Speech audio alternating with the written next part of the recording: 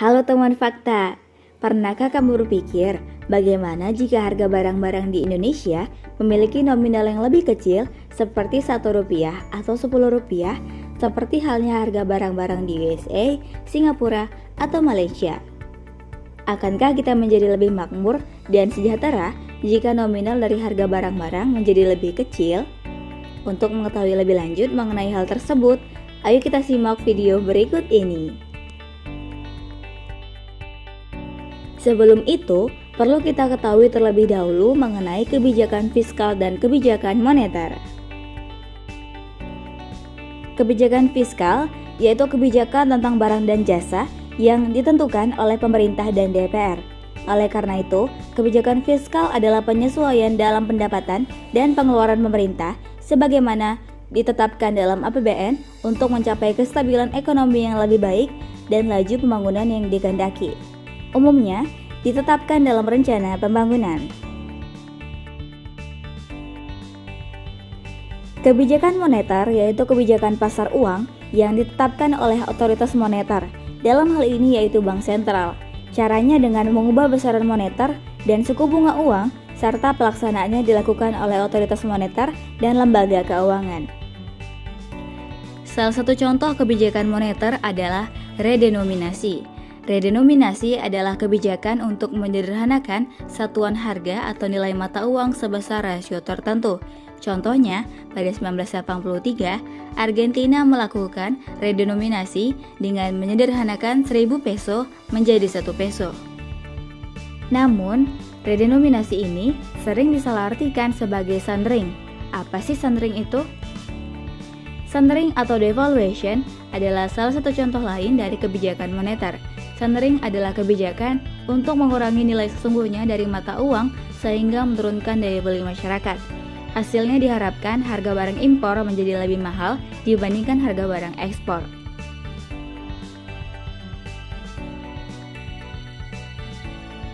Perbedaan besar antara sundering dan redenominasi, yakni redenominasi adalah penyederhanaan nilai uang yang diikuti oleh penyederhanaan harga barang, tidak seperti sundering yang hanya memotong nilai uang tanpa memotong harga barang. Perbedaan lainnya juga terlihat di mana sundering dilakukan saat kondisi perekonomian sedang tidak sehat dan redenominasi dilakukan saat kondisi perekonomian sehat. Jadi, kalaupun redenominasi dilakukan, teman fakta tidak perlu takut mengenai penurunan uang di tabungan teman fakta. Isu redenominasi di Indonesia kian sentar menjadi perbincangan di masyarakat setelah keluarnya Peraturan Menteri Keuangan Nomor 77/PMK01/2020 tentang Rencana Strategis Kementerian Keuangan tahun 2020 sampai 2024. Aturan ini ditandatangani oleh Menteri Keuangan Sri Mulyani Indrawati pada tanggal 29 Juni 2020.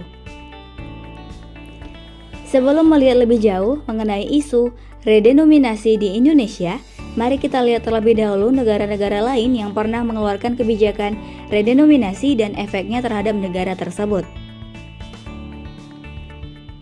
Turki mulai menerapkan redenominasi pada tahun 2005. Proses penerapan redenominasi di Turki berlangsung selama 7 tahun. Selama tahap redenominasi, keadaan perekonomian tetap terjaga. Inflasi Turki pada tahun 2005 sampai dengan tahun 2009 juga tetap stabil di kisaran 8-9%. Redenominasi yang seharusnya dilakukan dalam kondisi perekonomian yang stabil justru diterapkan beberapa negara-negara pada saat kondisi perekonomian tidak stabil dan memiliki tingkat inflasi yang tinggi. Salah satu contohnya yakni Rusia. Di sana, redenominasi bahkan dianggap sebagai instrumen tak langsung pemerintah merampok kekayaan rakyat. Korea Utara memenggal angka 0 di mata uang won, dari 100 won menjadi 1 won pada tahun 2009. Kegagalannya ialah stok mata uang baru yang terbatas. Pasalnya, ketika warga hendak menggantikan uang lama won ke uang baru, stok uang baru tidak tersedia. Brazil melakukan redenominasi pada tahun 1994, diraihnya dengan mengarungi proses yang cukup lama dan juga kegagalan yang pernah menghampiri. Pada tahun 1986 hingga 1989, negara tersebut pernah gagal melakukan redenominasi.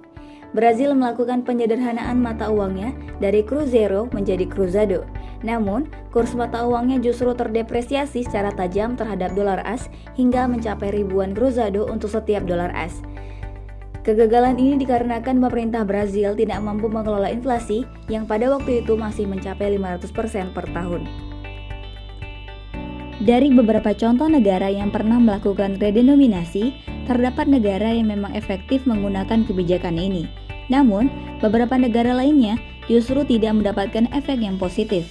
Hal ini dikarenakan redenominasi lebih efektif dalam menurunkan inflasi dan meningkatkan PDB real per modal jika negara tersebut memiliki efektivitas pemerintahan dan stabilitas politik yang kuat. Secara umum, redenominasi seharusnya dapat menurunkan perkiraan tingkat inflasi dan meningkatkan tingkat pertumbuhan perkiraan PDB real per kapita. Kemudian, redenominasi tidak berdampak signifikan terhadap nilai tukar mata uang real. Lalu, bagaimana jika kebijakan redenominasi ini diterapkan di Indonesia? Siapkah kita untuk menerapkan redenominasi? Ada beberapa alasan Indonesia dapat menerapkan redenominasi. 1. Inflasi di Indonesia terkendali, yaitu di bawah 10%. Dapat dilihat dari tabel rata-rata tingkat inflasi Indonesia berikut ini yang datanya diambil dari Bank Indonesia. 2. Utang pemerintah dari persentase produk domestik bruto atau PDB terus menurun. Menurut hitungannya, utang Indonesia sekitar 20% dari PDB. 3. Kondisi perekonomian yang stabil. 4. Kondisi politik dan pemerintahan yang stabil. Dari rata-rata indeks demokrasi Indonesia yang diambil dari Badan Pusat Statistik, kita dapat mengetahui stabilitas politik di Indonesia. Dapat dilihat pada tahun 2015, stabilitas politik di Indonesia cukup lemah, namun meningkat di tahun-tahun berikutnya dan cenderung stabil. Dapat disimpulkan bahwa kebijakan redenominasi di Indonesia tetap didukung karena ada alasan untuk menyatakan bahwa terdapat tren positif dalam stabilitas politik dan efektivitas pemerintah Indonesia di masa depan, sehingga redenominasi berpotensi memiliki dampak positif yang signifikan terhadap efektivitas pemerintahan dan pertumbuhan ekonomi di Indonesia. Nah, bagaimana tahapan untuk melakukan proses redenominasi ini di Indonesia? Proses redenominasi di Indonesia akan dilakukan melalui 5 tahap. Tahap pertama adalah masa studi banding, yaitu masa di mana pemerintah akan melakukan studi banding ke negara-negara yang pernah melakukan redenominasi. Selanjutnya adalah masa sosialisasi, yaitu berupa penyiapan berbagai hal, seperti akuntansi, pencatatan, dan sistem informasi yang berlangsung sekitar 2 tahun. Setelah itu, akan memasuki masa transisi, yaitu penggunaan 2 jenis mata uang lama dan baru, dan secara perlahan-lahan mengganti uang lama ke uang baru. Lalu masuklah masa pergantian, di mana semua uang lama akan ditarik. Terakhir adalah masa penetapan, di mana tidak ada lagi istilah uang lama dan uang baru. Lalu, apa saja dampak dari redenominasi di Indonesia?